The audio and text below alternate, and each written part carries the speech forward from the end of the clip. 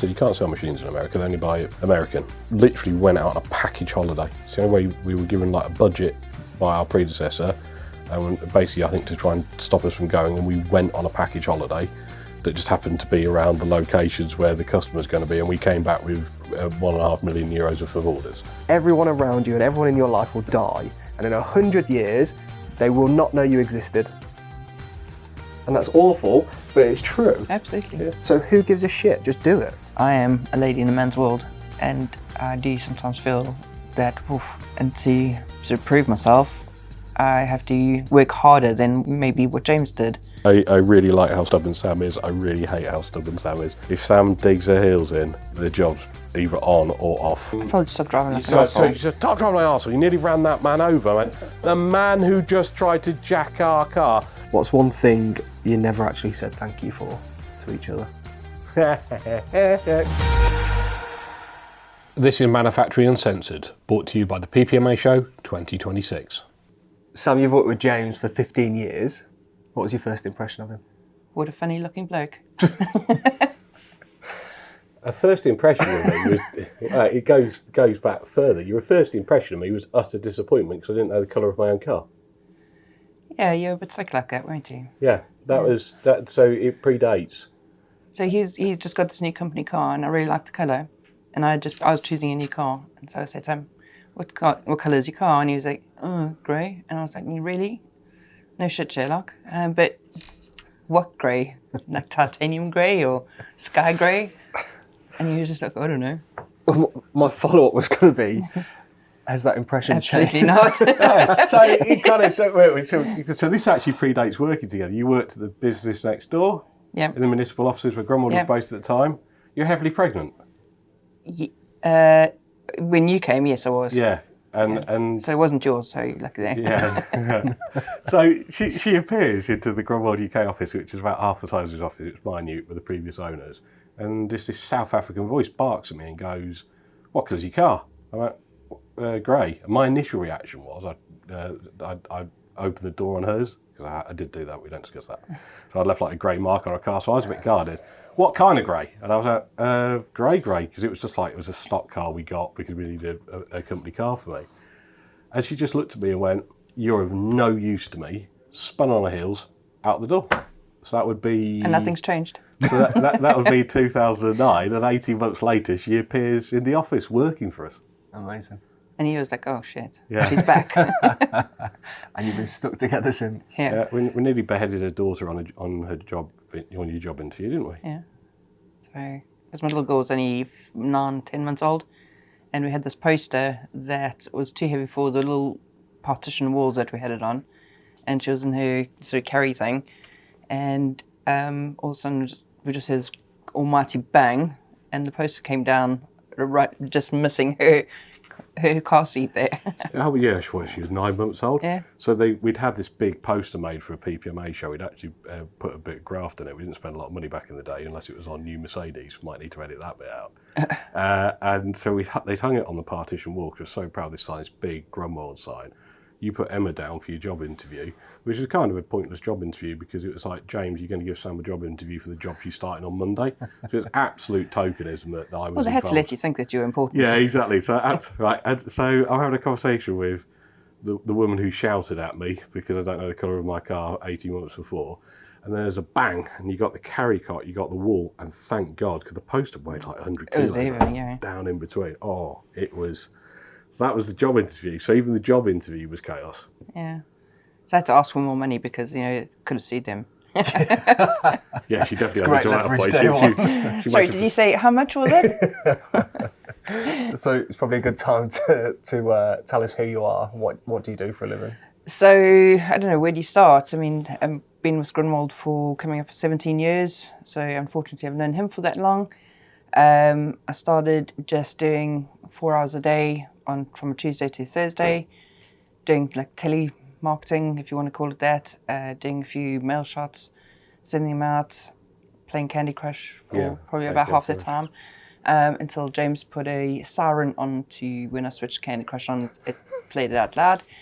And then just sort of grew as a company as the months and sort of years went by.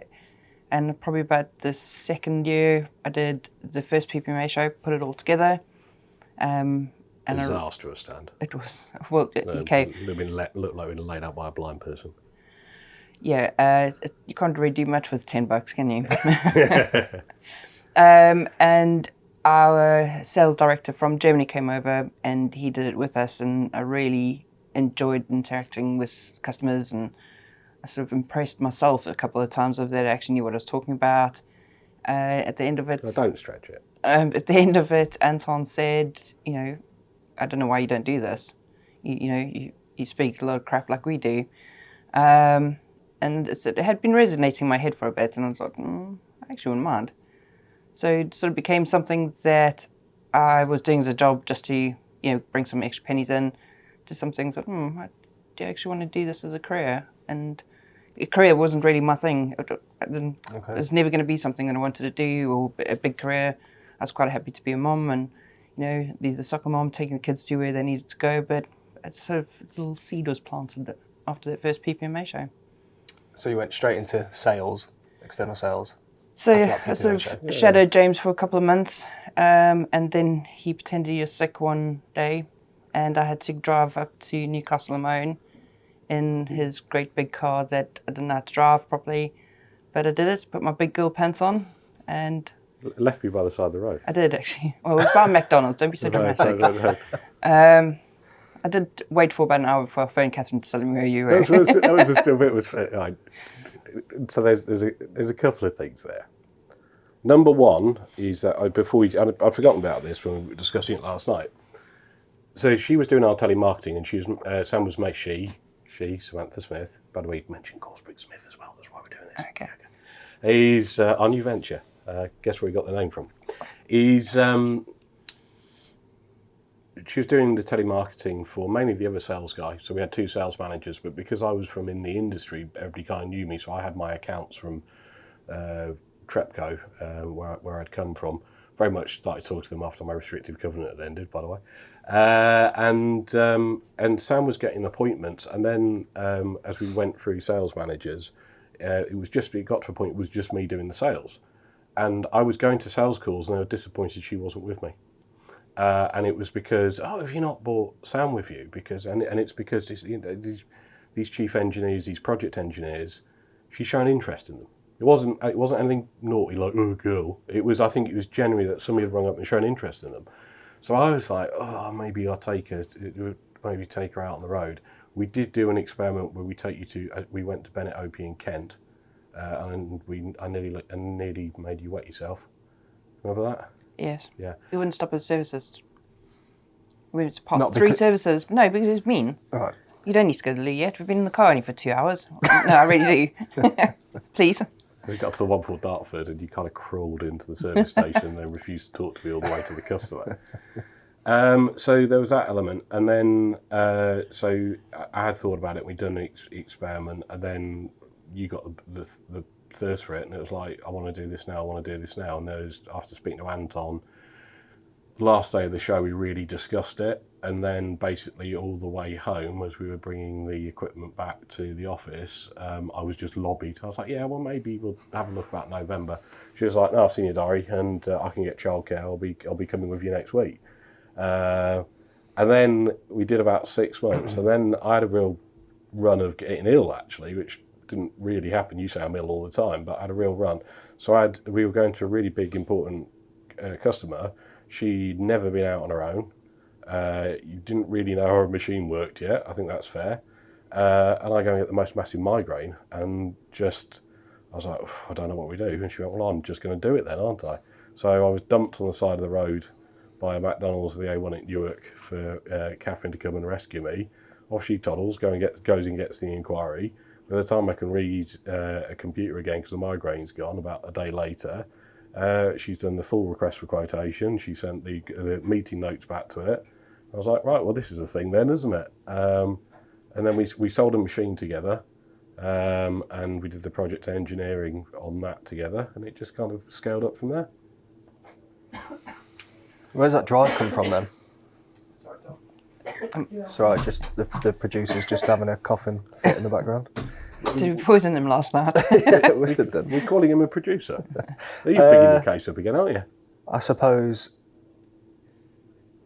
cameraman. You never called Dan a producer. Dan's not a producer. Dan, no. So how come he's a producer? That's going to hurt, isn't it, if that makes a cut? Well, Dan's going to edit a bit where you call him a producer. Dan's going to edit all of this. Dan's going to edit all of this. And the cameraman's been promoted over him. Exactly. The supply teacher got the promotion in 7 minutes. That's unbelievable.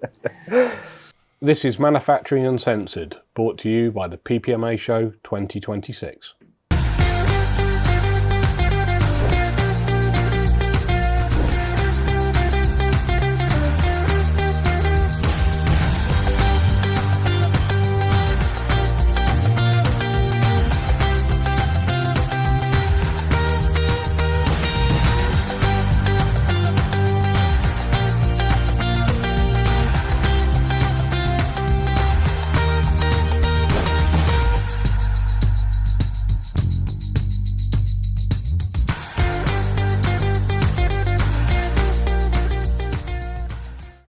So where does the drive? Where does that drive come from then? Because that's hallmark of a great salesperson, really, isn't it? And he wasn't an external salesperson. He wasn't in manufacturing. No, I'm not an engineer either, so I don't know. I suppose I just got the gift of the gab and I'm full of crap. Hallmark of a great salesperson. Yeah, exactly. I don't know. There is something behind that. There's some sort of drive. There's some sort of ambition to do something, isn't there? A lot of people would have took that great excuse of my mentor or the person I was shadowing. Mentor. No, not mentor. No, take that back. Take that back. Yeah, the person I was please cut shadowing that. that day is ill. Yeah. I'm just going to stay at home and play Candy Boss. Crush. Yeah. I think I've always been able to talk to people sort of outright and show an interest in them and read them quite well. So I know where they're going in a conversation, and I can sort of try and follow that same route as what they're doing and see what they want from it and sort of schmooze them, if you want to call it that. I wouldn't say he was my mentor because he'll get a real big head about that. Why would you say? Because we had a mentor, that was Uncle Anton. That is true. Okay, Yes. that'll take it. So I was just your boss. You've never been my boss. Is that ever, right? ever, Right. never. Really? Yes, really, Right, okay. really. Even if you were never. Yeah. So you know the story of like he's the head and I'm the neck and steer him in the direction that it needs to go. That's still 17 years later. Yeah. Yeah. So how long were you on the road for doing the sales? Well, it's probably now 14 years. Yeah. Okay. So you're still doing it now, but your job title is what? Operations and Director. projects director. Okay. So but you're still doing the face-to-face sales? Yeah. Okay. Yeah. And you're still involved in the sales? Yeah, so we've actually just moved things around a bit. So we're back doing the sales ourselves. We put a whole network in. So what, we're 22, 25 people now. So back when Sam started, there was 4 of us.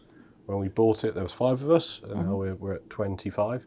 And we like the sales bit. And not just the sales bit, we like the sales bit to the thing getting into the factory.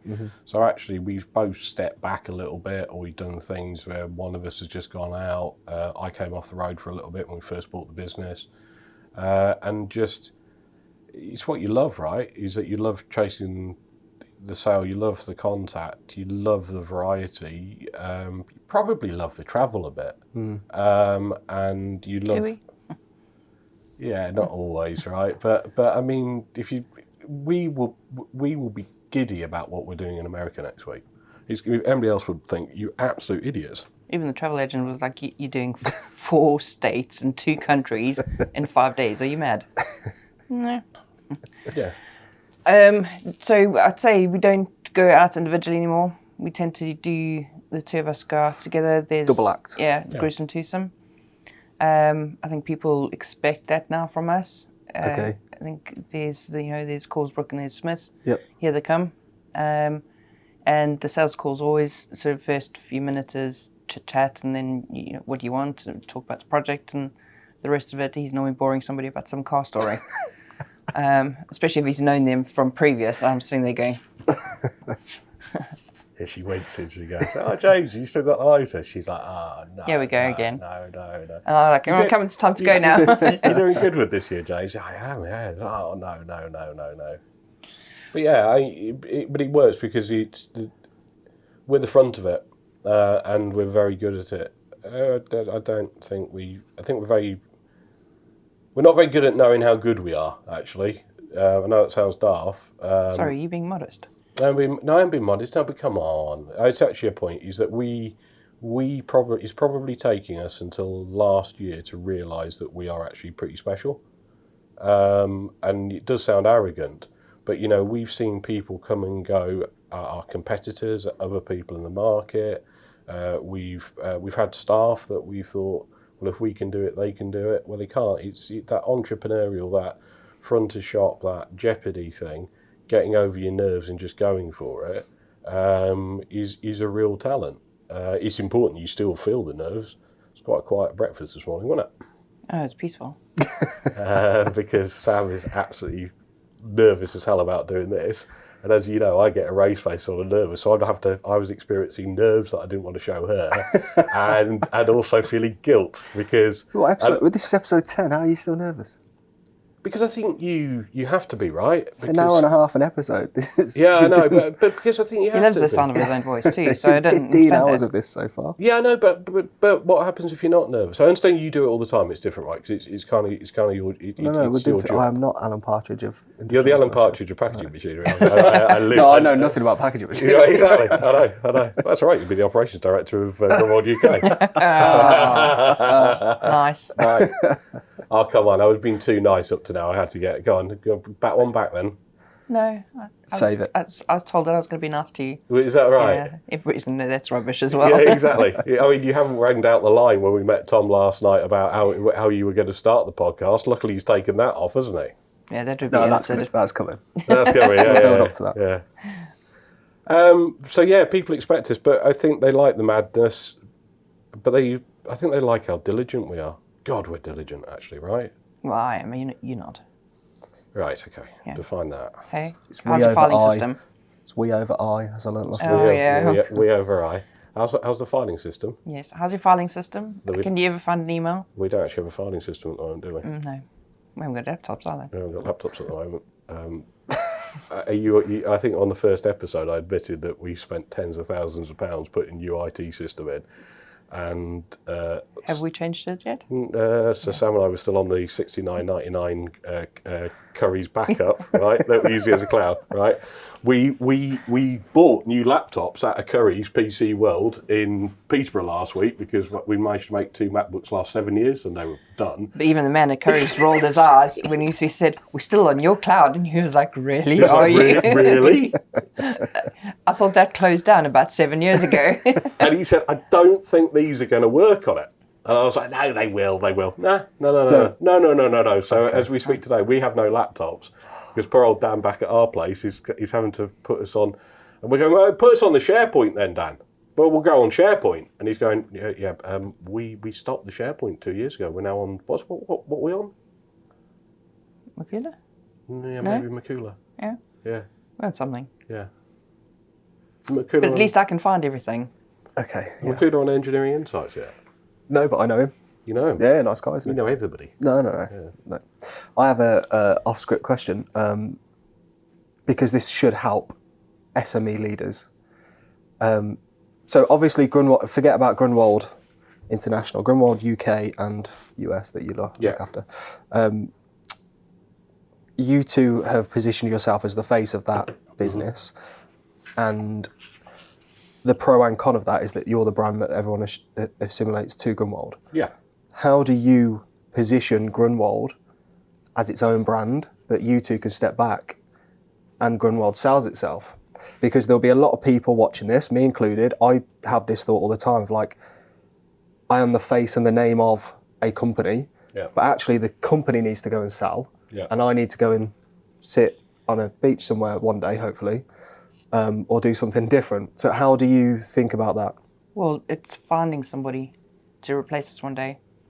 And that's, I think, both James and I have spoken about it a couple of times. I mean, not getting any younger. And we sort of look at people to see who's going to replace us, and that is a worry. Yeah. Because we definitely are the face of Grunwald UK in the US, but, you know, the brand for itself, it speaks for itself. People know Grunwald in the market, and they know that it's a good and, you know, it does what it says it's going to do.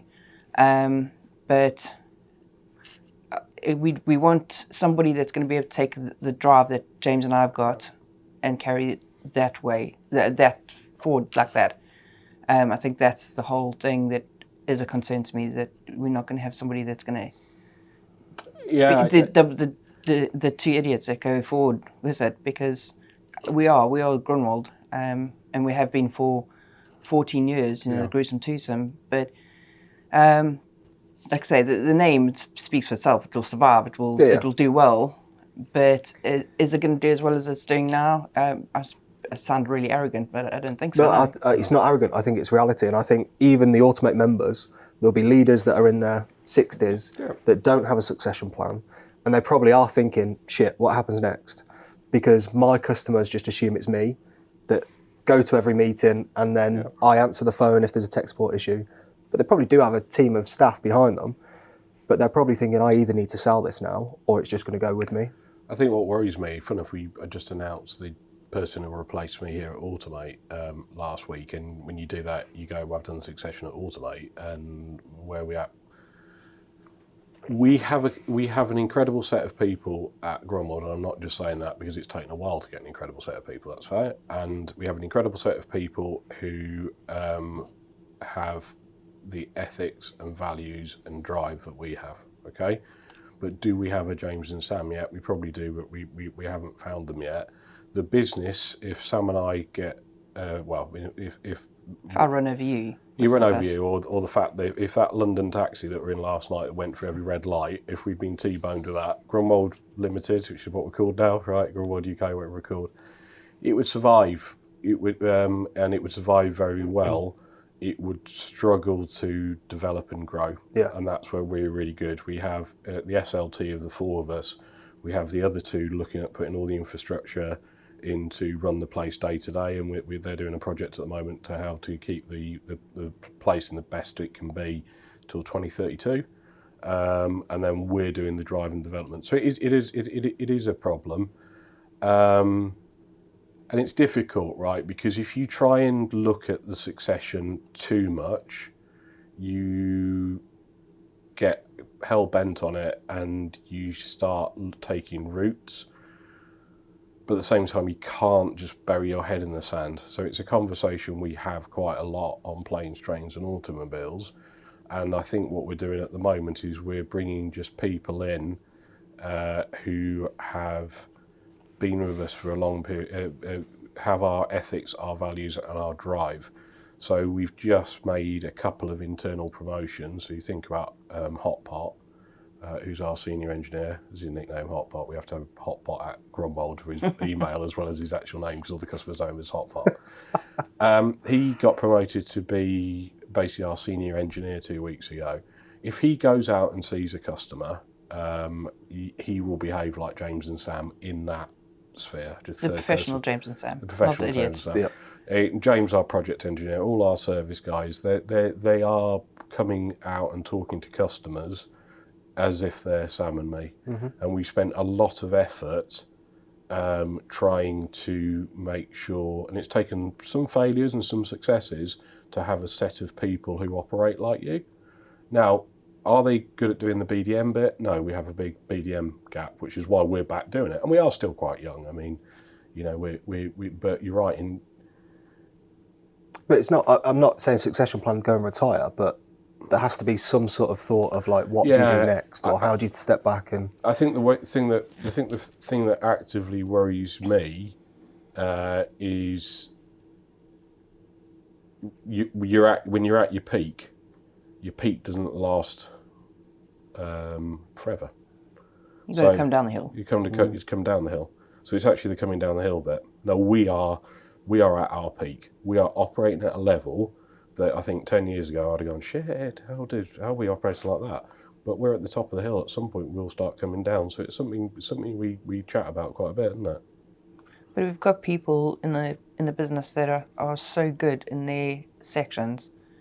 You know, I often sit back and just watch people and how they're working and what they're doing and everything like that. And I'm so proud of it, because it's, you know, we've encouraged them to go and be in their part, and we've, you know, put them into those roles and things like that, and they just thrive. Mm-hmm. And I sometimes think, they don't actually realise how they're thriving, and then they think, well, can they take over from me? No, because they are of a similar age, or this isn't their background. So we'll see. We've made it work this far. I'm sure we'll make it work over the next 10, 15 years. So I'll keep us serious for another 2 minutes, and then I'm going to ask some stupid questions again. I'm going to give you the floor to elevate a pitch, Causebrook Smith. This isn't a sales channel, but as you're both in the same room, and it's a brand new venture, explain. Well, it's exciting. It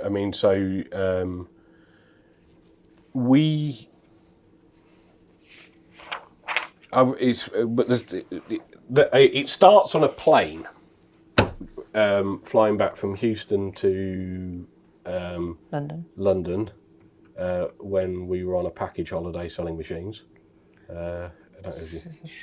2018? No, 17? Yeah, okay. So we made a decision that we were going to MBO the business in 17 to 18, assisted by Grunwald, Germany. And they were very much, it had to be me and Sam. So Grunwald, Germany were very much, it can't be one of you, it has to be both of you. And that was quite tough for other people in the business who didn't get the opportunity. We sat on a plane on the way back from Houston, the turbulence was horrific. And we wrote the business plan for Grunwald Limited. And the turbulence, we lost a bit of paper. It's such a shame because Sam does it and the turbulence affects our handwriting. So our business plan, like an H, goes like halfway up the page because this thing was dropping like hell. It was awful, wasn't it? And we worked out that we thought if we were going to be a machine agency, sell and forget, we'd be dead in 2 years. We needed to become a life cycle provider. So it's how we did service engineering. So we as soon as we got hold of it, we flipped it on its head and we just focused on service. Sam and I sold the machines, service, spares. Took an engineer on, took another engineer on, and kept going. And then what you realise is that at some point you need to diversify, you need a backup plan. And a lot of our mates in the industry started borrowing our engineers, or a lot of our customers saying, we can't get support for that. Can we borrow your engineer for a week? And you get to a point you go, it's actually a separate tangible business that we can do. So Causebrook Smith launched 3 weeks ago, but in essence it's been operating as a thing for about 2 years. And we are doing service engineering for other people, normally branded as them. So actually sell them. So we put some effort into the branding and it looks pretty cool. But actually most of the people, when our guys are out doing Causebrook Smith work, they're not branded Causebrook Smith, they're not branded Grunwald, they're actually branded that manufacturer, so white label work. And it fills a gap. And pot fillers that we look after are very service heavy, so we can carry the overhead. If you're on a robotic packer, a case packer, a robotic palletizer, what else we touch in a bottle filler? End-of-line stuff. End-of-line stuff, some vertical form fill seals. They can't have the overhead of having a service engineer, because a service engineer, the total cost of running a service engineer is £110,000 a year. With your vans, your fuel, the hotel bills stay away at night. It soon adds up. So if you're selling equipment in the UK and you don't have enough service work but you need to give that service, Causebrook Smith, we can just basically come and borrow our service guys. We'll charge you a nominal amount. Our service guys are the same growth rate whoever has them. We obviously share the profit, to be frank, with whoever we're doing the work for. We're doing a bit of project engineering work off the back of it. Sam and I are doing a bit of strategy work for a couple of customers off the back of it that we didn't think would be a thing because we're idiots. And our mobile spares guy is doing some, so we, as well as putting in all the technology and IT, we've actually put a man in a van just going around sites counting spares for people. And that's proved really popular in 6 months, really support our customers. We're doing that as well. So that's what Causebrook Smith's doing. Whether it would be as big as Grunwald, I don't know, I doubt it. But it's usable and it's nice to do something new. It has been so lovely to do something new, and it's actually made us, I think, get excited about Grunwald again. Not that we got bored, but actually doing something new again means that we have just started a massive piece of marketing at Grunwald about how we're going to target people, actually using AI to target people. So it's fun, right? So we're taking James and I into different industries that we haven't been in. Yep. And we're seeing sort of opportunities for Grunwald there. So it is, scratching each other's back. Yeah, of course. But Grunwald's going to always be our, first and foremost. That's the most important thing. We're still very much in the industry. We're still very much the face of Grunwald. And I think there's been a couple of times on LinkedIn, people have gone, what's happened to Grunwald? If you guys left, if fallen out? Absolutely not. We're still very much Grunwald, first and foremost. And Causebrook Smith is just running nice and smoothly alongside because we've got the right people helping us run it on the side. It's not to go against any of our competitors or anything like that. It's just a support in the industry, and it's something that's so needed. And very often we go in as a turnkey project, and the people on the end of the line can't sort of bring the service in. So our guys have been doing the service for the whole project, and it just shows it's just a clean, nice round circle. It's nice having your name on something. That would be a thing. Well, that's when we thought about a name. Everybody knows Causebrook, everybody knows Smith. So it fell into that. We didn't want to be CSL because CSL, who's CSL? What does it mean? So it is Causebrook Smith because it is the name. If somebody at work calls it CSL, we come down them like a ton of bricks. No, because I mean, this place is Automate UK, not PPMA, because it could be anything. So it Causebrook Smith, but it is lovely. I mean, obviously people know us, know the name. Obviously, we have a public profile in addition to the stuff we do at Grunwald with me here, which obviously Sam's very involved in the Automate project as well. By default. Yeah, got no choice. Yeah, got no choice. But actually, there was a couple of times where we stepped back and you saw our name on a thing, and it was a lovely, lovely feeling, right? Yeah. It's quite a proud moment when we put it in lots. So. I've got some questions around entrepreneurship then. Other than being a director at Grunwald, is this then your first entrepreneurial sort of set up a business? That's the question to both of you. Yes, but really you've got to think that Grunwald was back to zero. We reset it. We reset it. Yeah, so we thought we'd go back to basics. So when I started working with James at Grunwald, I was doing things. We were doing things 3 times over. Yeah. And when we took it over, we thought we have to go back to basics. We have to start at the beginning and then work it up again. And I think that's what we did. No disrespect to anybody that came in front of us. They did the role for that time. We're doing the role now in 2026. Yep. Times have changed. Yep. Even AI is coming into it, and we did a conference a couple of weeks ago, and I was like, I don't want to go. We had a big scrap on the train about I don't want to go to this. As in Stevie's on the podcast. Yeah, sorry, Stevie. Yeah. But I just it sort of opened my eyes that change is good, and I think our predecessors, as good as they were, they wouldn't have been able to change into what the change is now. Very much so. It's a very different world to when we started. Yeah, you have to be agile to survive. I reckon it would have been easier to start. I mean, it wouldn't have been because of reputational damage and ethics and values. Doing an MBO for a business that is probably not fit for purpose because the world's moved on, and really Brexit gave a big shock to that.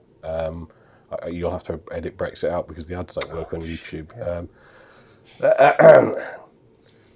An event that happened in June 2016 really left some big scars on Grunwald UK as we knew it. So actually the entrepreneurship of buying something that hasn't got much capital anyway, because it was a self-funded MBO, we didn't borrow money, it was a self-funded MBO, was actually harder than a startup because you were basically buying your own talent. And then you had pretty much nothing left in the piggy bank. So I'd say the MBO was actually a big bit of entrepreneurship. Mm. But where I was going with it was, what's your favourite part of the journey? Is it the getting it off the ground? Is it that you're at the peak with Grunwald and everyone knows you? And there's a little bit of, not ego, but There's things come to there's you. a lot of ego. There's a bit of ego. Yeah, okay. a lot of ego. But like, is it? You've got no ego. No, not at all. No ego, right? Is it scrappy day one, getting Causebrook and Smith off the ground, or is it that you can walk into a meeting with any of the big guys and hold your own because they know you and they know Grunwald? That, I think, is very much something. Building the states is my exciting part of the whole business. We spoke to Anton, who I mentioned earlier, so our mentor, and I said, why don't we do the States? And he said it's something that they've never really wanted to do because of many different reasons.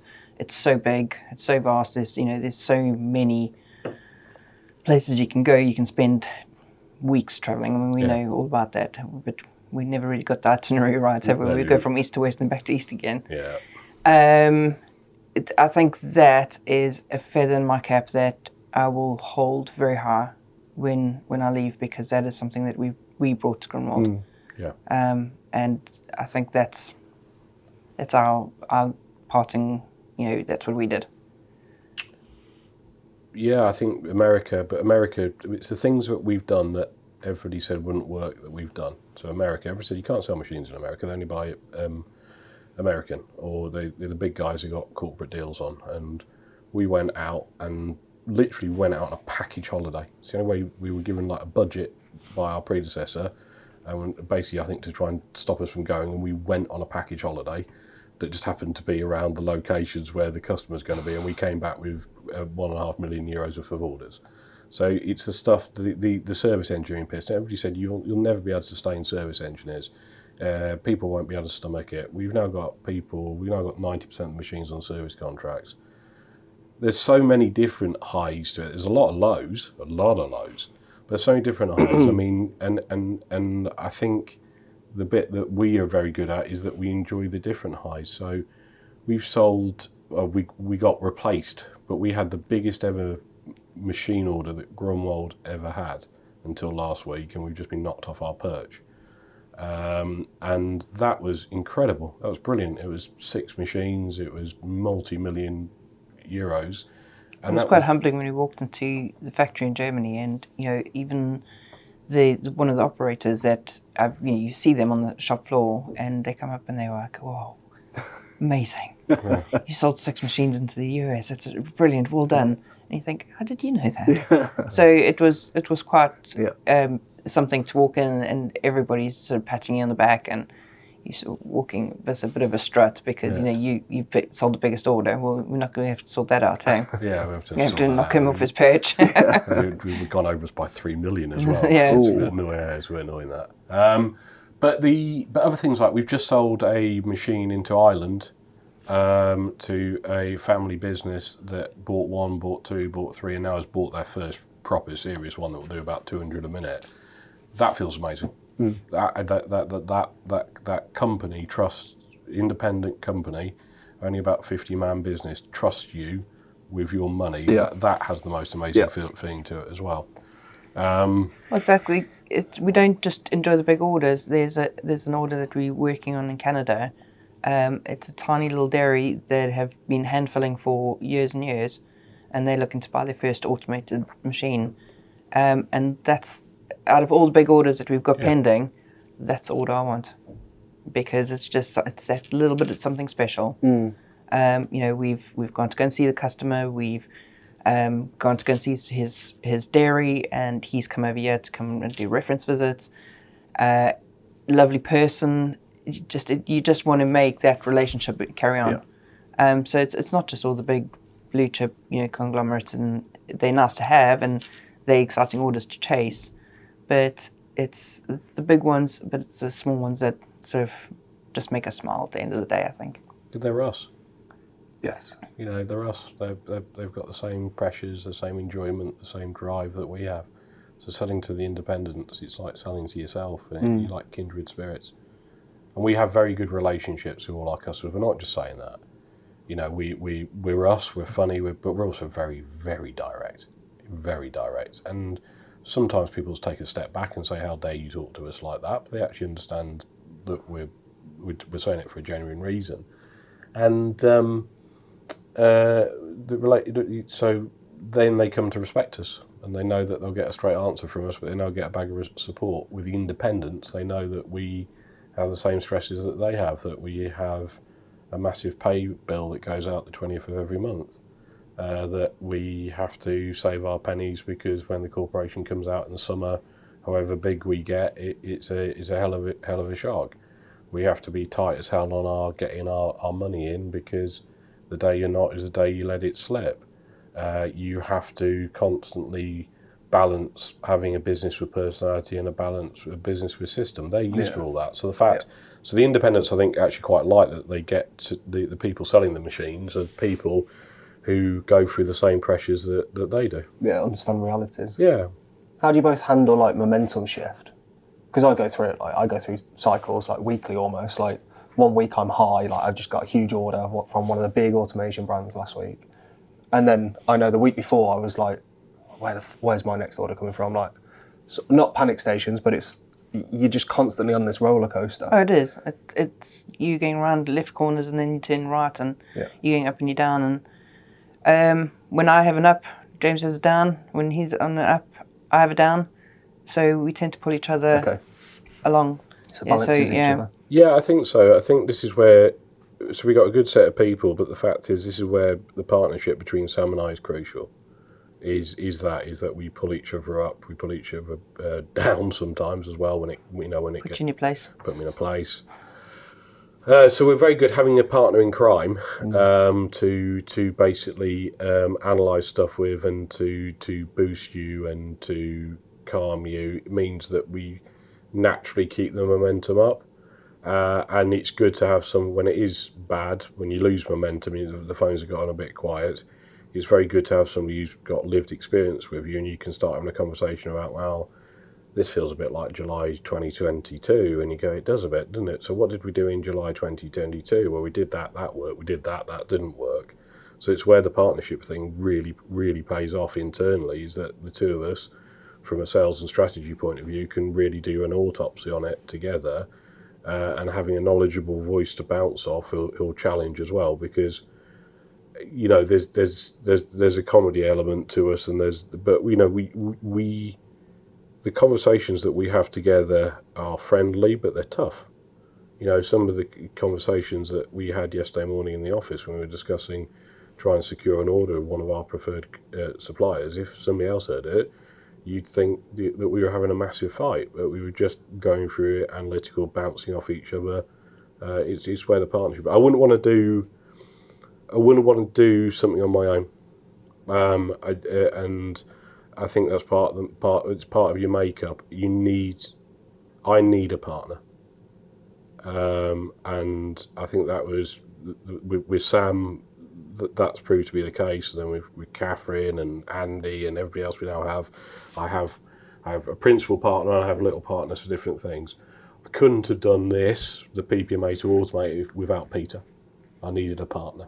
So I think that, and it just means that you work off each other and you build momentum. Should we have some fun now? Yeah. We have a part in each episode called Bullshit or Backbone. Okay. So I'll say a statement. Yeah, I mean, you know this because you've seen every podcast. Oh yeah, I watch all of them, yeah. I'll say the statement, and you're not allowed to answer it until you say bullshit or backbone. Okay? No sitting on the fence. People don't leave companies. She doesn't know how to sit on the fence. People don't leave companies, they leave managers.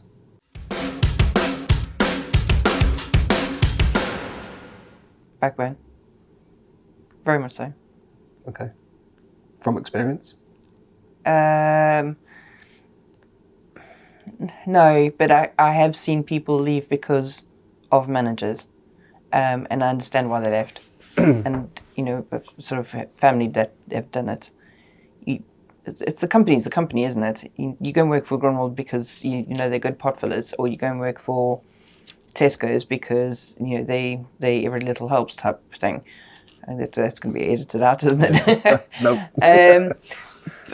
It's a person that who's looking after you. If they're not somebody you're going to get on with, and you're stifled by them, or they push you too hard, or they micromanage you, you're not going to feel comfortable. So why go to something where you spend most of your day being not bullied, because it's not bullying, but it's you're not happy. So absolutely, a manager will make or break your decision to stay with the Do company. you two have different management styles, or are you very similar? We're not very good managers. I would say, we're probably very similar, but very different in the same aspect. But we've really come away from managing people. Okay. It sounds arrogant to say that we're leaders, but I suppose that's what we are. We're leading the company. We're the forefront of the company now, and have been for many years. But we just got a bigger entourage behind us, and we couldn't do it without them. We're not very good managers. This is a point of self-reflection. This thing bouncing off. We are very, very good leaders. Again, I think I don't mean to sound arrogant, but I think we've become aware of our own competency the last 15 months. And everybody's like, we mention it to people. Of course, they go, duh. Yeah, we know that. How you two only realise that? We're very good at leading. We're very good at saying this is what we're going to do, and we're going to do it, and off we go, and we do it. But then we're not very good at doing the management behind it. Like when somebody's going, "Are we sure you want to do this?" We're kind of like, "What?" Because we've raced on ahead. So I think one of the things we've realised as leaders is we needed better managers. So we now have a management structure that does the management. It's two different things. And I think the other thing is you've got to not beat yourself up about it. We were kicking ourselves that we weren't effective as managers a couple of years ago. Now we realise we're not. We're more chilled about it, and realise that we've got to get the skill set in that can manage. But you also get stuck in the weeds. We want to take the business. We have taken the business. We couldn't be stuck in the weeds every day. We had to have people that could be stuck in the weeds and deal with those problems or successes and things like that, and reward those people. But being stuck in the weeds, we can't grow. We can't do what we want to do, and you get lost in what's happening back at base. Yeah. And you're not bogged looking down in the day-to-day mundane. So we've got the best team now behind us that is just taking all that away, and I think that's why we've done such a big string ahead. I think the other thing on that as well is that the culture piece. It's precious. It's like the most delicate porcelain pot on a rickety shelf. A culture of a business. And we've kind of got the culture right, but you've got to keep it right. You can't just take it as a given. So we have a set of people who will do anything for us. Not in a funny way, but anything for us. I mean, we had two guys who just took upon it themselves to drive to Germany to get a gearbox 3-4 months ago. Just like, well, we're off then. And before you know it, they put the channel and off they went. They drove all the way to Germany to get a gearbox and drove back because it was the easiest route. But the best part of that wasn't what they did. It was the support that they got from everybody in the office, including admin staff down to the accounts. Everybody was on WhatsApp. Okay, where are you? We're getting on the train now. Creating them playlists on Spotify and sending it to them. That's brilliant. Yeah. That was awesome to see. So that takes us right back to like one of the first questions I asked today about like succession. Actually, how important building a culture is. It's huge. That you guys can step away from day to day. James cringes. I like the idea of calling us a family. He doesn't really like it. I don't want to be corporate. I don't want to become one of these big corporate people. Even if we're 50 strong, I still think of us as we need to be a family. We need to be supporting each other. We need to be looking out for each other. Yep. And that to me is so important. So when we've done interviews, one of the questions I always ask people is, do you prefer a corporate stance or do you prefer like a family-run business? Yep. Because I need to understand what they want from the job and what they're going to see coming, going forward. But I think if you're a family, and families fight, and families have shit times, and we do, because people are unhappy for X, Y, or Z, but you come together as a family and sort it out. And that's, to me, that is so important, that we run their business as a family business. And it's very, very hard. So a lot of the conversations that we will have business-wise at the moment, probably the majority of the train trip yesterday was we have to have systems because we're handling, if you add anything we sell together, we're probably at about close to £17 million a year. It's a sizable thing that we do. and you have to have systems in place and you have to manage them, but you don't want to lose the culture. And that is very hard. Alan Anderson, I know, was on a few podcasts ago. It's something that him and I talk very deeply about through my stuff at Automate, is how do you have the system so the thing runs efficiently, but you don't kill the character? And that is never linear. You're always slaloming. So 1 week will be a little bit too much for family business. The next week will be too much, a bit of a systems business. And it's kind of, I guess, as long as your average is okay, you're kind of okay. We have members of staff who join us from other OEMs who can't believe how well supported and cared for they are, and that's brilliant. But it's hard to maintain productivity. It is very, very difficult, and that's majority of our non-sales conversation, or our non-Sam being rude at me conversation, is how do we, and then we make it a wider conversation around the business, how do you preserve the culture but also preserve productivity? But I mean, you hear the stories about, we've had people who've had tough times, and you find out that a member of staff has stepped in.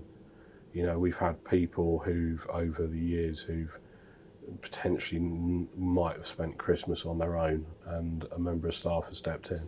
We haven't played any part of that. We have, we find out some incredible retrospective stuff about where so-and-so had this happen and so-and-so jumped to the car and took them to that situation. And that's when you realise that you're nailing it. And that's the thing that I'm really, really proud of. And you can't manage that. No. You can't force it. No. And that's why I refuse to become corporate. So we've got an element of corporate in us, but we're a family style. Mm-hmm. Our customers really respond to it. Not when we sell. Right. So I don't think we're necessarily selling off that depth of culture. I think they're selling off the fact that we're friendly, we're funny, we're direct, we're supportive. But when we go, I was really struck, we did a PDI with our biggest customer in February, and Sam and I actually went to the PDI. We don't tend to go to PDIs now because we normally get in the way. We've got fantastic project engineering and service guys who can do that. So we're just in the way, really.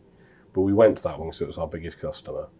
We also, at the same time, we had Toby, who did The Apprentice, who did the podcast with Catherine a few episodes ago. The one that threw his beer over me. You watched that bit, have you? I did, yeah. You watched that bit, have you? So we had our biggest customer. We had an apprentice who won a competition with us, and we had some of the guys from the German factory around, about a table of 18 of us, and the person running the restaurant said to me as I came back from the toilet, what's the family get together? Actually, so we looked like a family out having a family party. And our customer the next day says, they're our biggest customer, and they genuinely look after their people. And they say, I wish that we had what you've got with the culture and looking after each other, and that actually when we come and do PDIs and stuff with you, you let us be part of the family. You don't treat us like a customer. Okay, flip the script. Because there'll be people watching this that have a culture issue, and they know it's toxic in their office. Yeah. But it's hard. Once you've built it, it's hard to. So, what's your advice then for them to change, or from a startup today? What are the foundation blocks to build? Honesty. Yeah. Be honest with your team. Yeah. If you're not honest with them, you're not going to get the payback from them, and that I think is think is the building block of anything.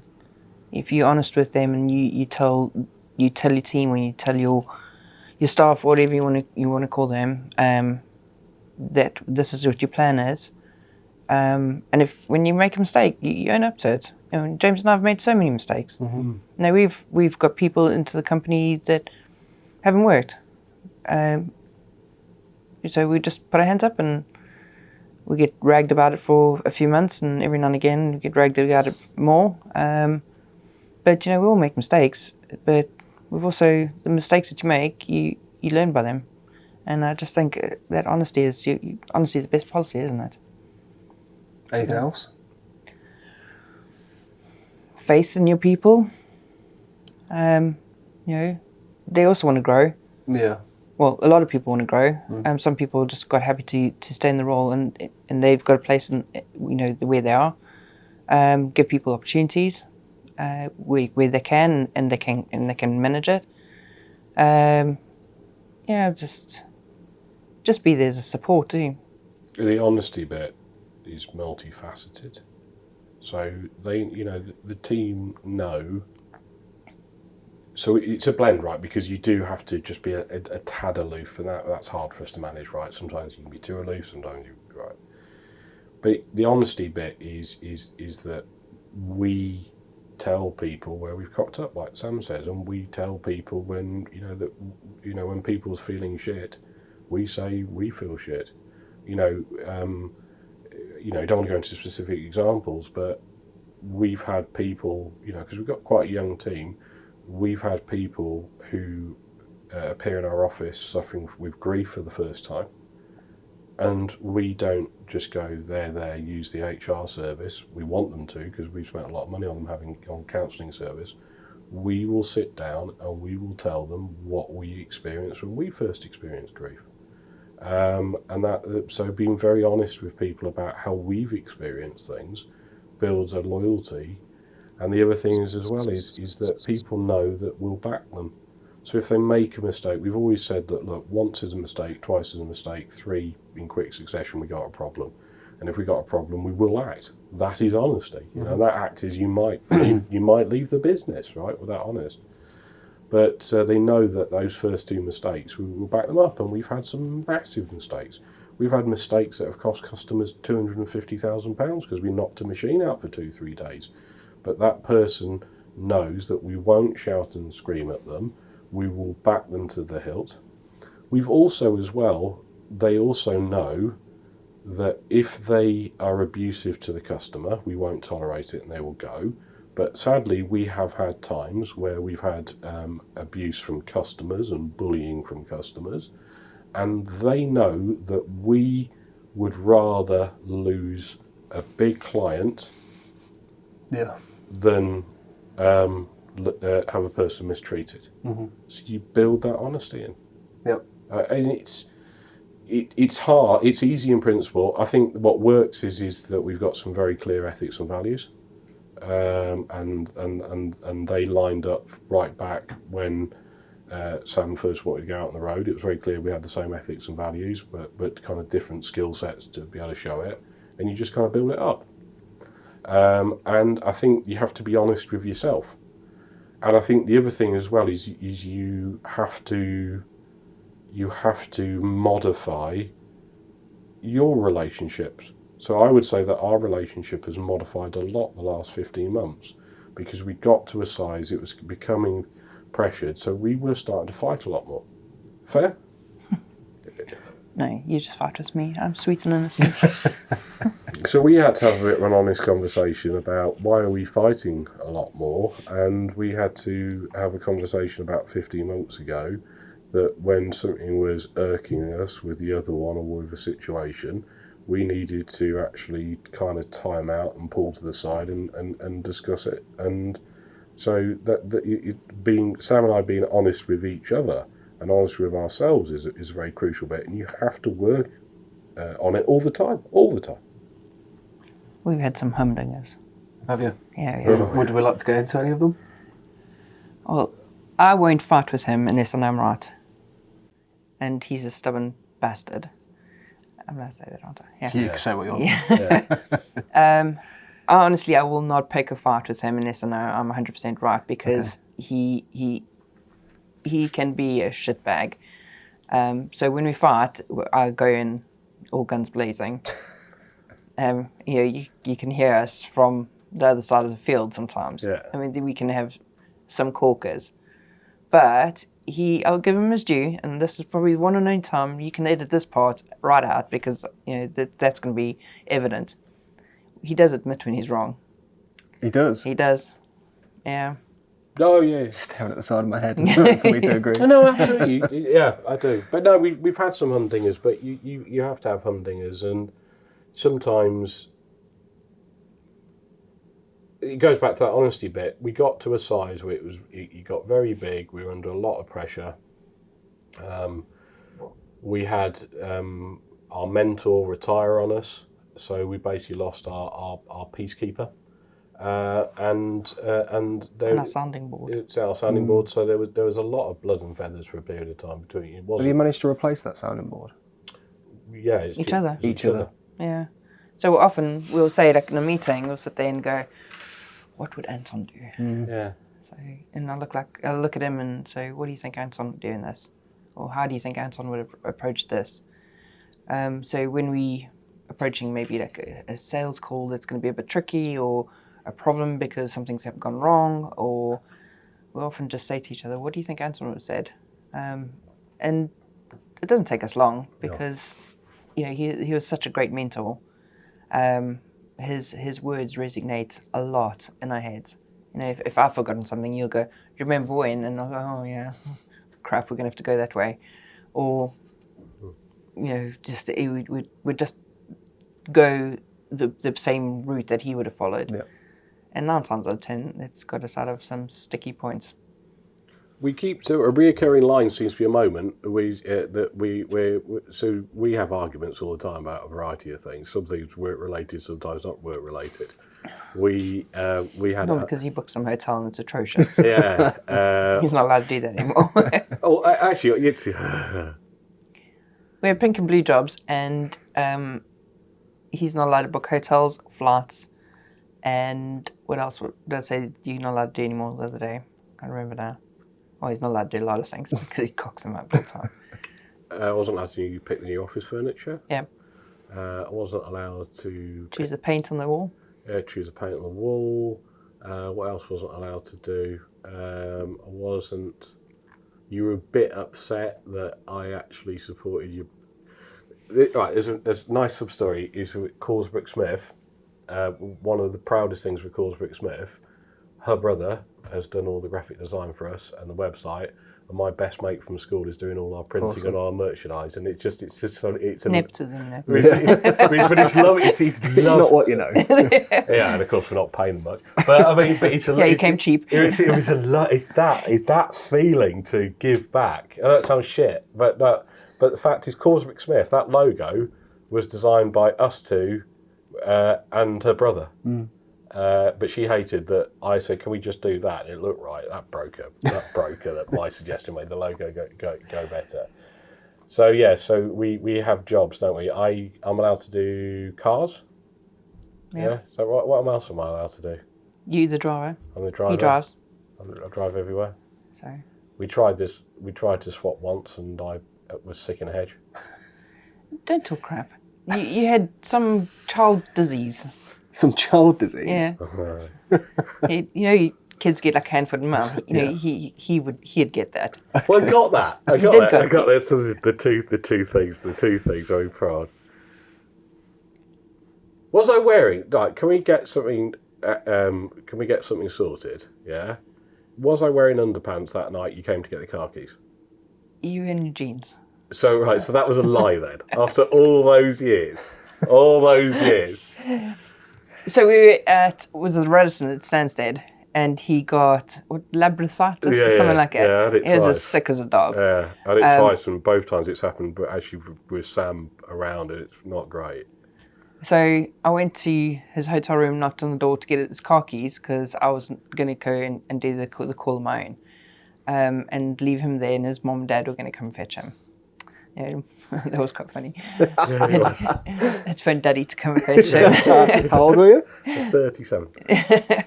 So for probably, 13, 14 years, I have told him that he opened the door in just his underpants, and he's like mortified. What did you do? She told me I was Daffy Ducking to begin with. I was clothes on the top, nothing on the bottom. Yeah, got it.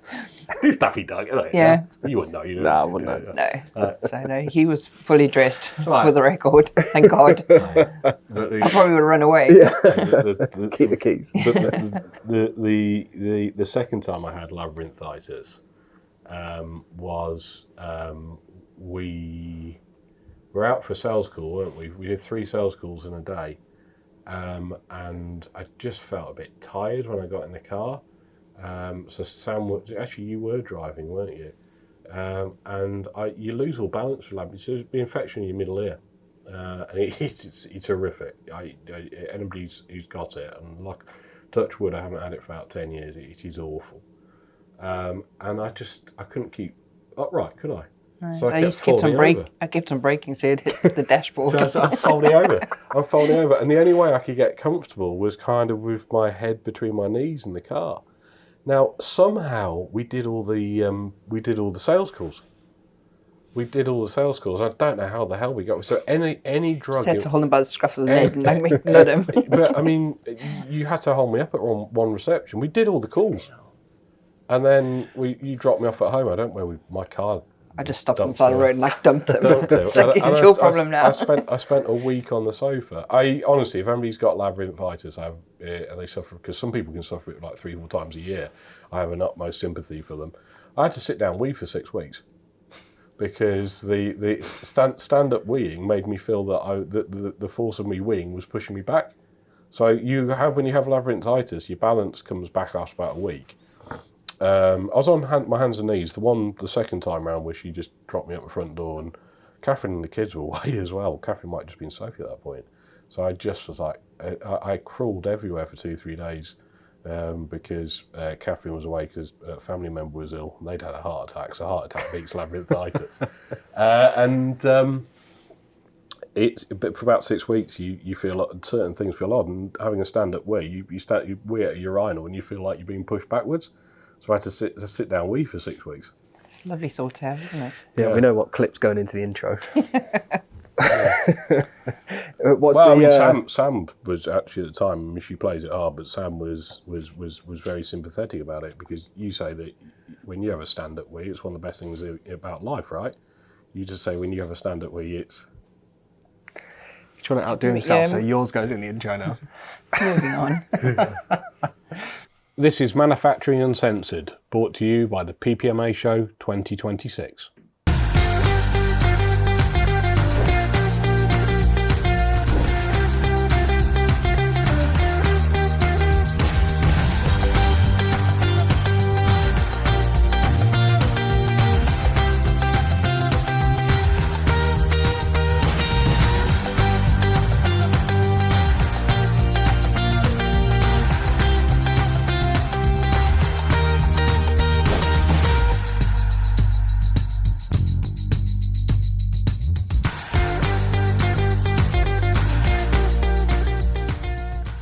What's the funniest argument you've had? Which one do you want to do? Carjacking? Yeah, we want to listen to you. Do you want to do carjacking? Can you do carjacking? Yeah, what else would be another one? Every time we go into a filling room, when they come bring him a beard snood, he always says, "Well, have you shaved today?" So he thinks it's very funny and just annoys the shit out of me. Yeah. And you can see the customer going, "Do you want a beard snood?" Like, no, I don't. We lose her in food factories, because food factories are they're a bit inherently male. So normally, like the female changing rooms are a thing. So quite often we say goodbye to Sam when she goes and gets changed in a female changing room, and it's like obviously the food factory about 20 years ago went, oh shit, we employ women as well. So quite often when Sam disappears, we don't sometimes ever see her back, and sometimes I get a phone call saying I'm lost. I was like, well, I can't come into the female changing room to rescue you. There's been so many funny stories. Let's go carjacking. Carjacking. So we went to the US in the summer of 2022, and we were supposed to be out there for 7 days, and we were out there for 28. 28. 20, was it 20? It was 20. It was 20. a lot. Yeah. 3 weeks. 3 weeks. Yeah. And that's not very good.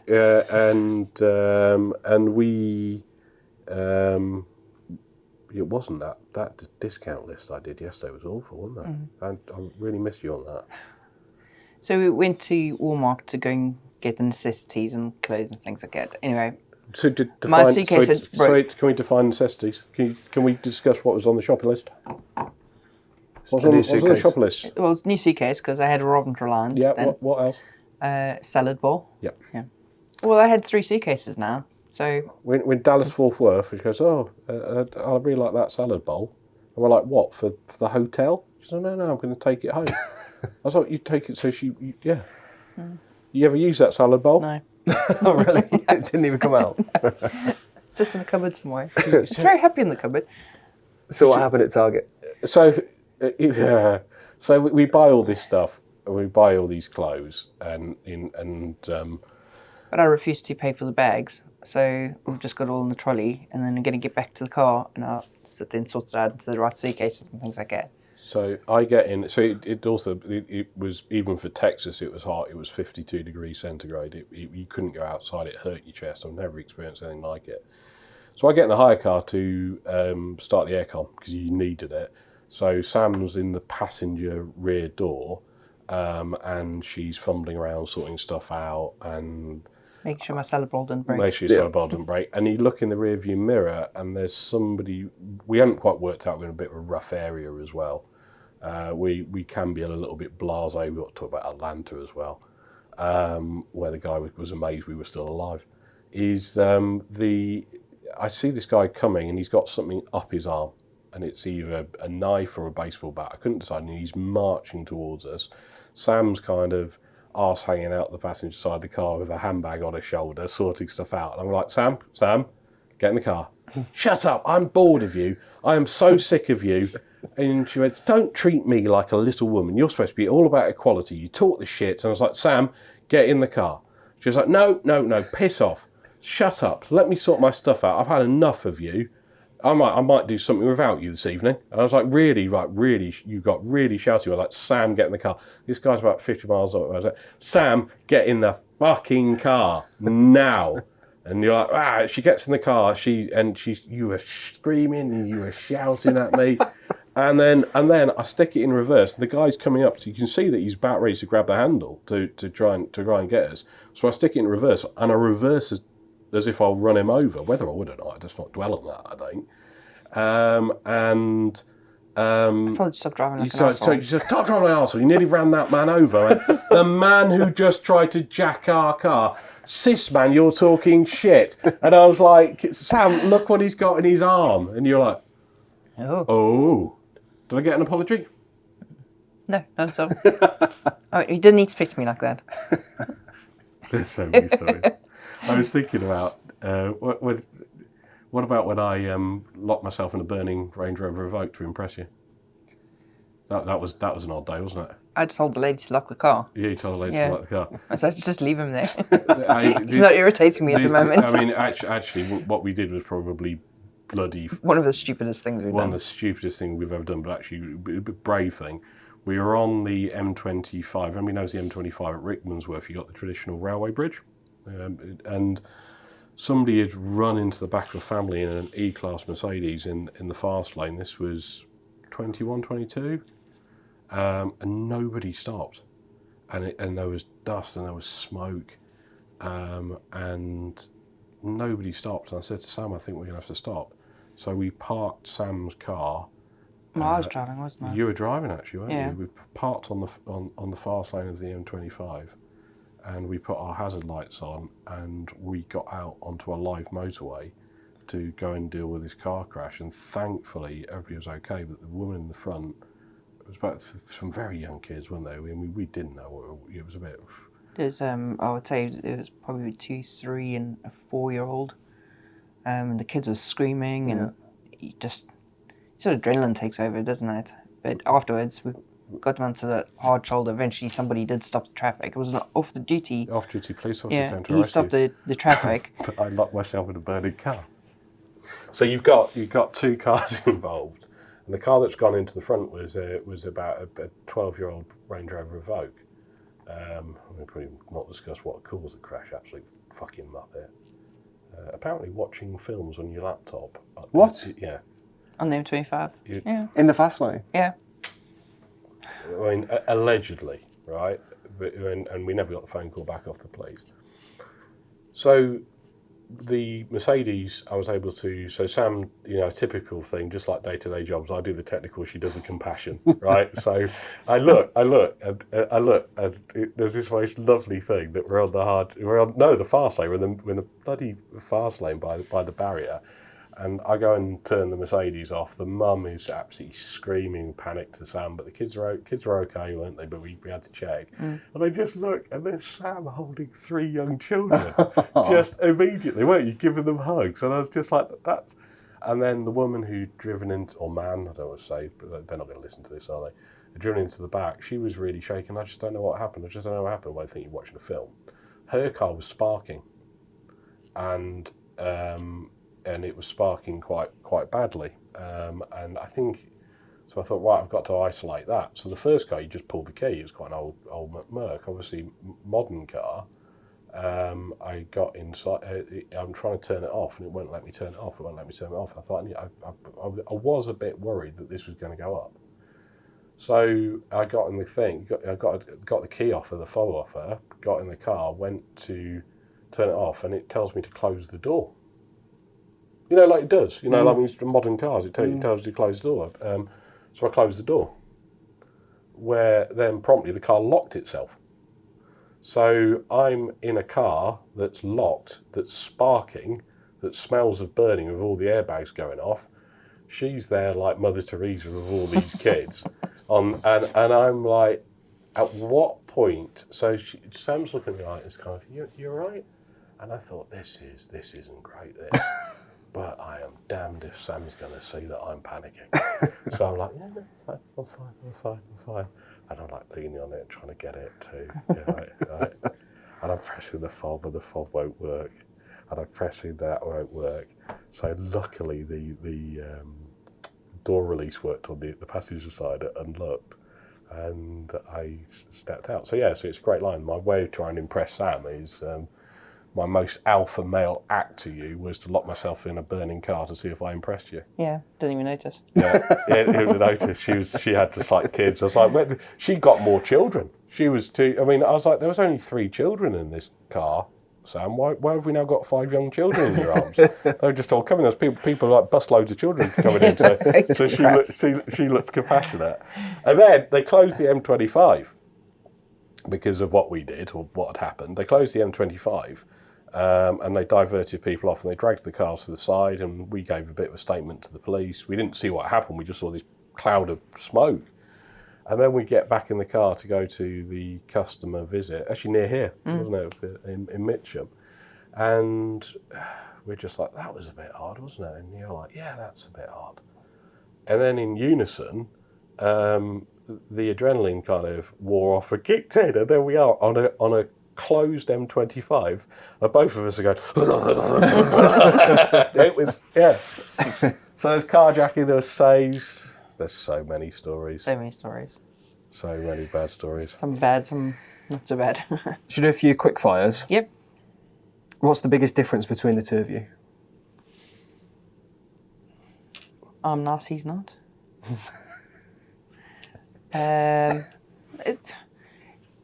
Well, he's a boy, I'm a girl. I suppose that's one. But we honestly, we're far too similar.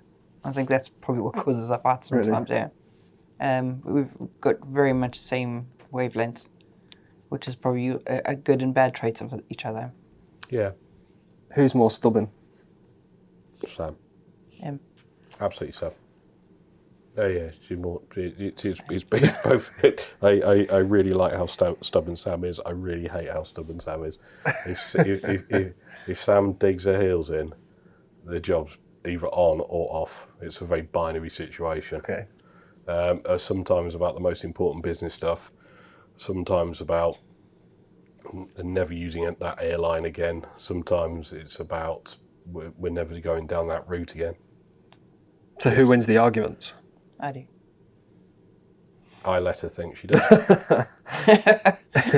Who's more likely to overthink? Me. Yeah. I think that. So, I think Sam is better at the compassion piece. I'm better at switching off. I think that's fair. Yeah, it takes me a couple of days to either switch off and forget the problem or what's happened, or I carry on, and then 2-3 days later, it's like a little flea comes back to me, and then I totally overthink it, and I probably see the wrong side of it, and think all the worst things. Meantime, it's done, dusted, it's happened. Yeah. Get over it. I wish that I could have more of her compassion.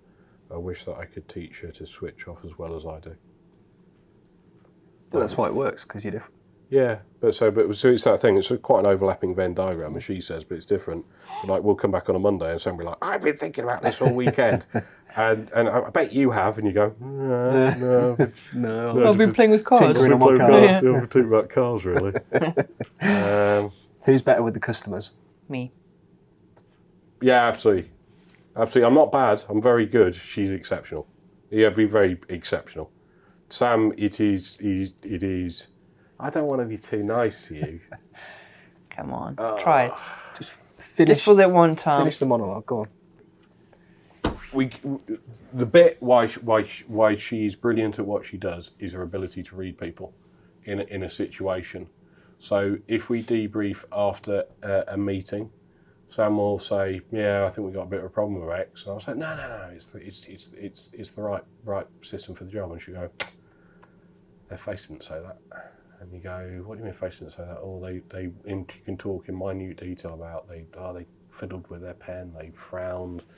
I don't think we need her ability to read people is just. I almost think that she reads people in like slow time. She can tell me things that happen in meetings, and I've been in the meeting and I was in the meeting 5 minutes ago. I didn't see it. I'm quite good at reading people. I didn't see it. No, I think we've won them over. I go, everybody, no. We're comfortable about that. She's also got a much better memory. So there's. Although there's been a couple of times I've called the people with the wrong name. Oh yes, but when you fail, I do it like properly. Right, we can't say the customer name because we're on an NDA. Yeah. But he thinks it's hilarious, right? We were on the Anuga stand. Yes, but we had been out for dinner. They had come and done a PDR with us, and this particular customer had been with us for 2-3 days. And it was a year later. It was a year, like 9 months later. Bullshit, man. It was 3 months ago. It wasn't that. It was. You told shit. And I was bullshit, like, hi, I'm Sam. I'm not you. And he was like, yeah, we went out to dinner a couple of months ago. I was like, crap. I spent 4 days on a hike around Germany with you, and you're like, oh crap. So when she goes, she go good. Yeah. But we did exhibitions together for such a long period of time. And then when COVID, off the back of COVID, we decided not to do exhibitions together because the risk was quite high. So you a little bit of unofficial bubbling. So I went to do a show in Germany, and Sam stayed at home. So because those early exhibitions, not the PPMA show, but other packaging machinery exhibitions that aren't as good. They had the propensity to be super spreading events, but that didn't mean you didn't go. But we just sent me. So people are walking towards me going, "Hi James, how are you?" And I'm like, in any moment, the South African voice is going to appear alongside me and say, his name's so-and-so, you spent a week with him doing that, your name is in 2022. Got divorced last year. Don't mention the wife, been a very messy divorce. And none of that happened. I'm like, oh my God. And I'm doing that thing of trying to watch The Badge of Shame. And the ones that you can never remember have always got their bloody fob, not deliberately, but accidentally tucked in their jacket. So I suddenly realised that when we're together, I can remember what every single machine has got on it. I can never remember their serial numbers. I can remember, you ain't got a clue, right? You know, that's not rude, she knows her product. But if you asked her, I don't know, machines we can talk about Nature's Way down at Chichester, so that's actually Sam's customer.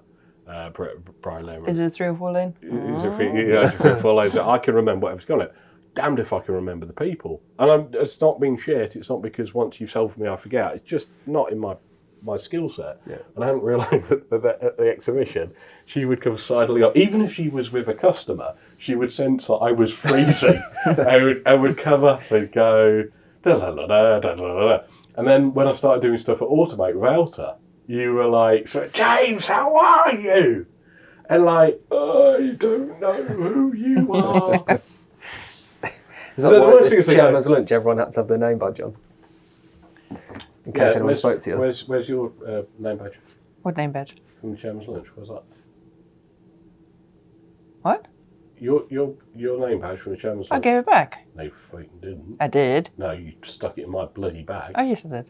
Yeah. Yeah, give it back to the chairman. That's Yeah. fair, isn't it? So you could bring it back to the office. But this chairman's lunch better than the first chairman's lunch we did with Asmamir, because what did you do then? Oh, I put an egg mayonnaise sandwich into your egg.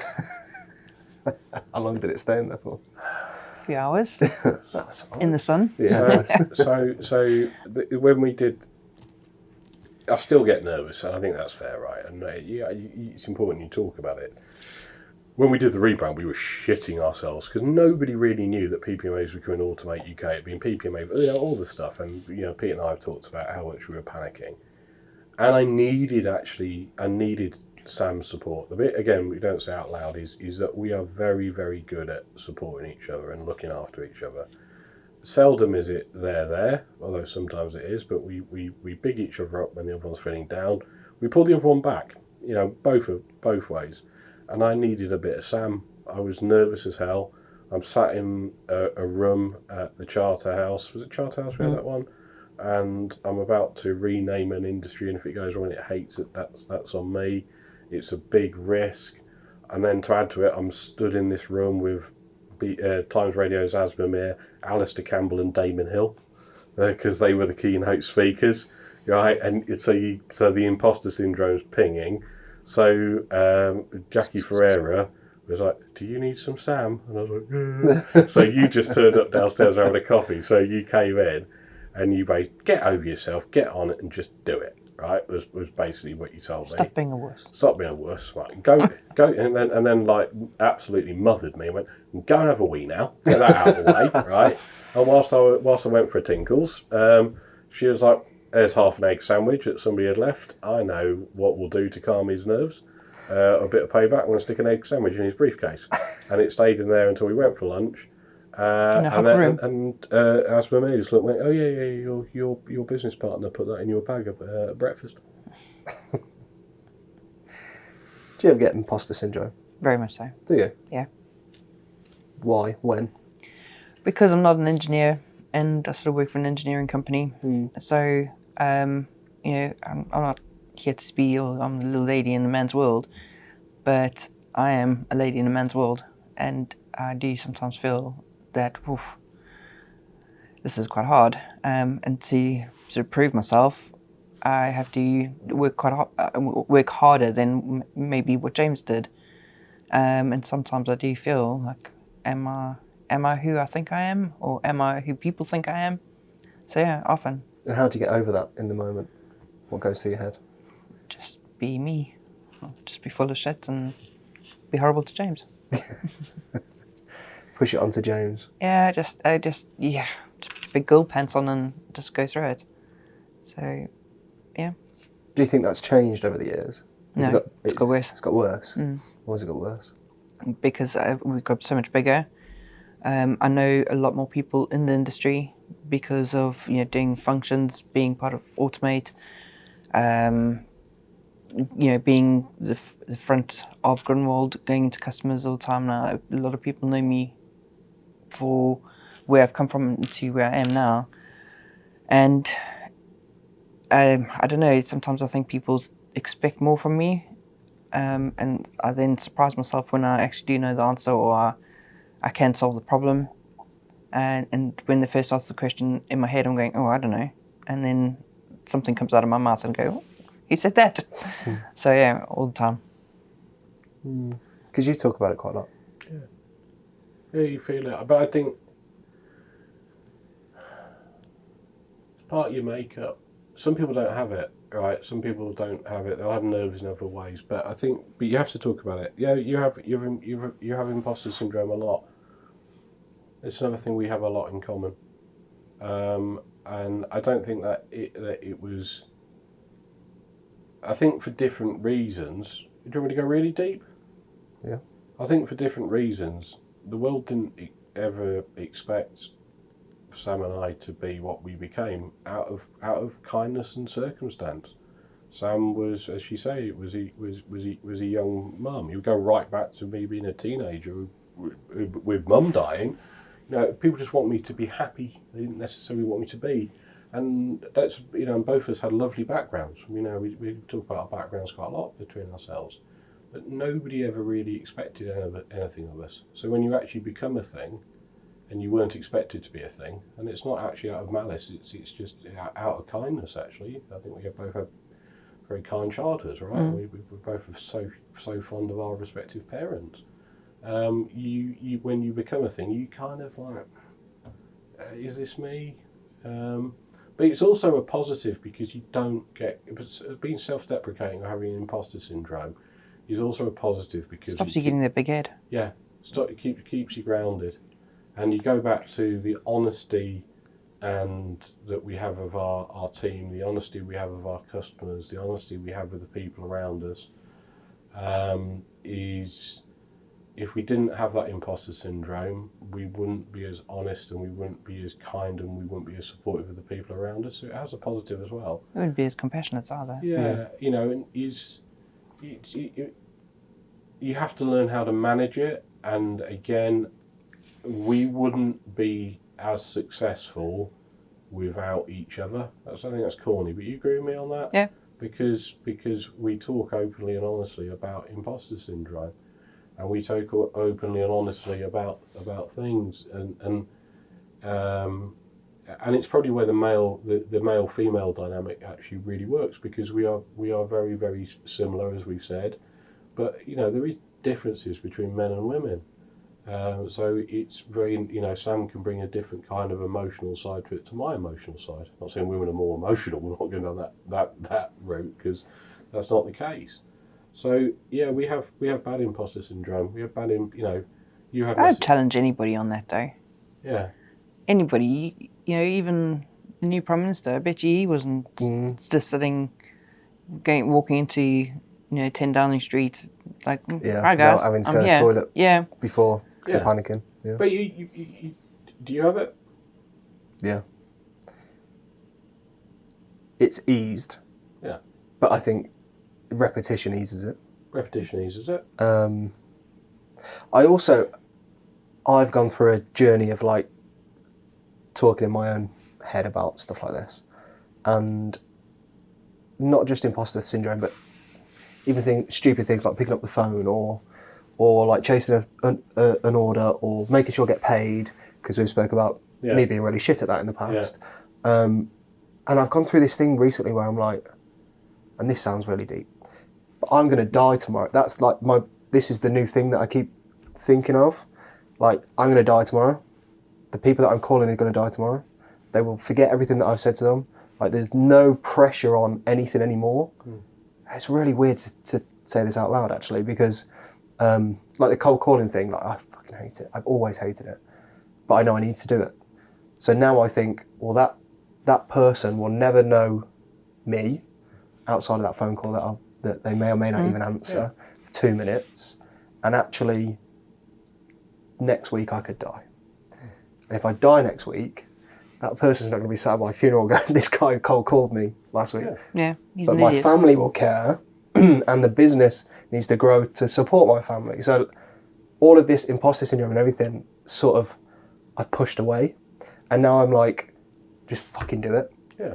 Do it now, because you're going to die tomorrow. Like that. Yeah. It sounds really harsh, but like, do it now. And I end up on these like. Please don't die tomorrow. No. I hope not. We're filming another 3 episodes. That's true, yeah. Like there's something called Hope Core online. Yeah. I found myself in this once, Hope Core. So it's like motivational, not like wanky motivational speaking, but stuff like that. Like no one actually gives a shit. Right. Like we are all very similar. We all have our own community that we want to support, but no one gives a shit. Like you will die. Yeah. And everyone around you and everyone in your life will die. And in 100 years, they will not know you existed. And that's awful, but it's true. Absolutely. Yeah. So who gives a shit? Just do it. Yeah. I think there's something in that.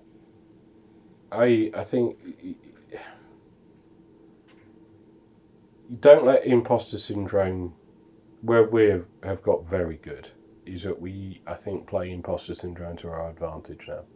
Because we don't let it define us, we don't let it stop us, we don't let it do it. We get nervous and jittery about certain things, but we don't let it stop us. But it makes us better prepared. We definitely use imposter syndrome to make sure we prepare better, and we work deeper, that we talk things through. And you're right. Is that what's the worst that can happen? And I think that's something that we talk about now. What's the worst that can happen?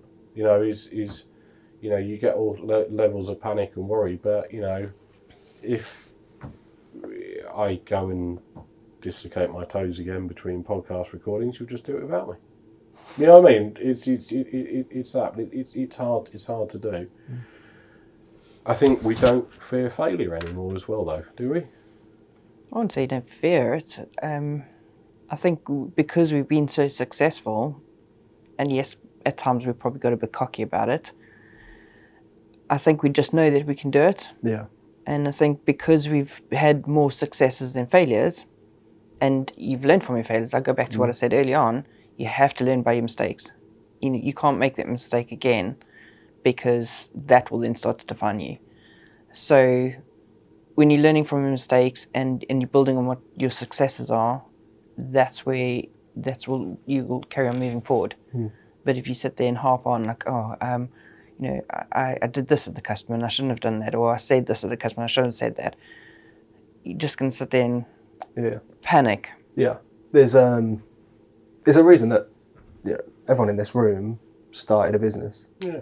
Because there's something in our makeup. Me and Steve were walking home last night and we actually had this conversation about, we're now at a point where neither of us have big businesses, but we know that an order will land. Like we know. Yeah. And our wives will be panicking at home about money, or, did that customer place the order? Yeah. And I'm like, worries a little bit. Yeah. Inside I'm a little bit worried, but I know that will land, or something else will land, or something that I worked on 2 years ago, and out of the blue someone DMs me on LinkedIn.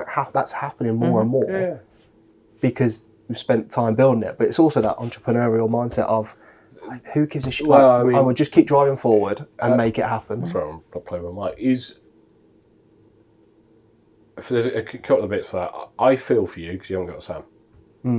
So I exponentially, and I hope she feels for you because you haven't got a James. You get me once a month. We do these. She lets you have me. I have the best day then in the office. That's quiet. She's fucking straight off to King's Cross office to go get some peace and quiet for 2 days, and then we'll resent that I'm back in on Thursday. But got you a nice car for the day on Thursday, haven't I? I've got some blue jobs for you. Don't worry. Have we got some blue jobs for you? That's why I did the blue job. I put your car in for a service, didn't I? There we go. So I really feel for people doing it on their own, because one of the best things about doing it with somebody, and that somebody being a Sam, and for Sam, that Sam being me being, anyway, the two of us. I don't know what happened there. Is it's easy because you can bounce off each other. But the other thing is, and I keep coming back to it, is that everybody should have a go at entrepreneurship should they try, but it is in your DNA and in your makeup. Being able to handle the jeopardy that the three of us experience, and Steve behind the cameras as well, eats 9 out of 10 people alive.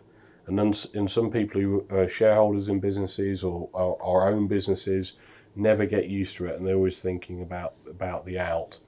But it's in your DNA. There is something in Sam's genetics that when the opportunity presented itself in whatever it was, 2012, that switch was flicked, and the light bulb flashed and stayed on. It is a natural skill set. The pressure that you are under when you own your own thing, let alone run your own thing, is as we all know, is absolutely incredible. And how you absorb it and still turn in a performance, for me, that's as much DNA as it is any training you can do. Training can make you better. So the wanky sales thing that we went to You can't say that. Well, you said it. I didn't say wanky. Are you going to stay behind and do it? Are you going to stay behind and go on his podcast? I think we should keep her on for the Venus thing. No. What? We could give her a mic off camera, and she can just shout some. Can you stay on for the Venus Thieves podcast in an hour And mock him. Yeah. Do you want to? I think he's supposed to be, no. Why not? I think it's the right thing to do. Why do you not think it's the right thing to do? No, it's an actual skill set. But as I say, I am so lucky that there's been 2 of us since 2012. It's now become 25 of us. I think people who do it on their own, I feel for them. In fact, I don't think I could do it. I think if I was an entrepreneur on my own, if that's the right term, I wouldn't be able to survive it. I need somebody I can. You bounce ideas off each other, don't you? Yeah. Yeah. Yeah. I mean, and you take the jeopardy together.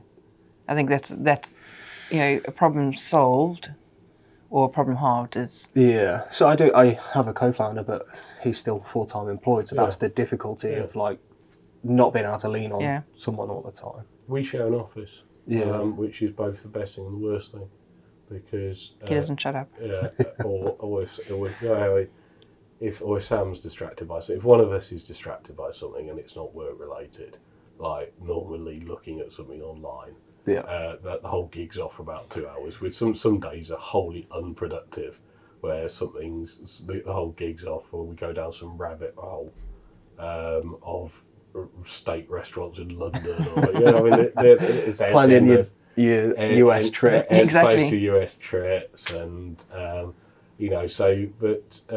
then I wouldn't share an office with anybody else. I wouldn't open plan offices with anybody else, but just having that person 4 meters away who I can just go, I'm feeling this. And look, there's the last 2 train journeys that Sam and I have done together rather typify probably our relationship. We went down to Steve's wanky sales conference, which is how Sam advertised it, and Sam didn't really want to go because we were busy as hell and we were having a full-blown argument friendly argument. Bullshit. You said to me, stop talking, you've used your quota of words for the day. Right? And I said, I'm not talking.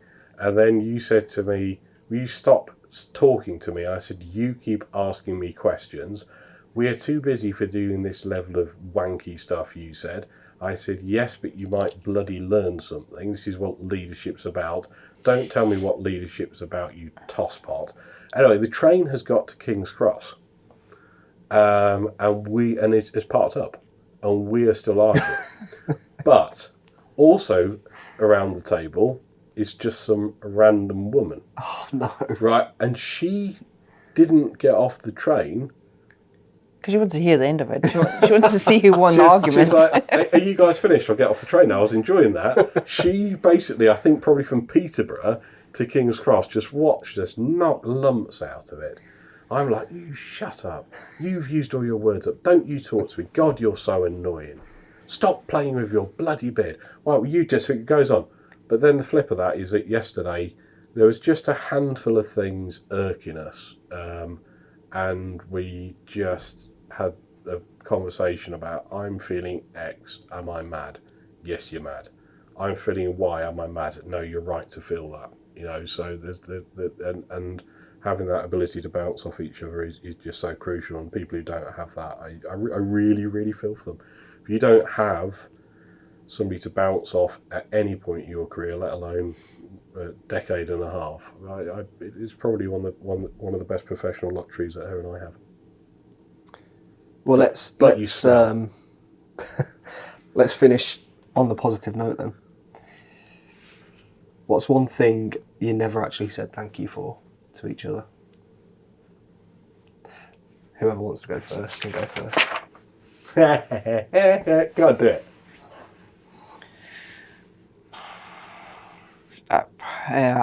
There's probably quite a lot of things. I probably don't thank him for the support that he gives me, and how he bigs me up, and he does. And then he really put me in a hard position here. I'm not normally nice to him.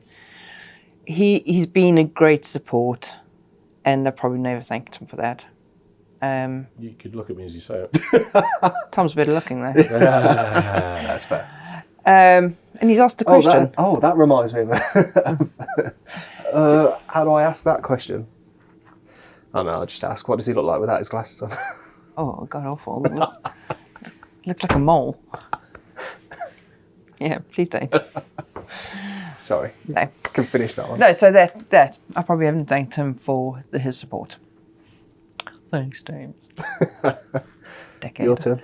I don't think, because it's normally been in an argument situation, but there's been 2-3 times where Sam has grounded me when I needed grounding, where I was getting a bit up there in hype.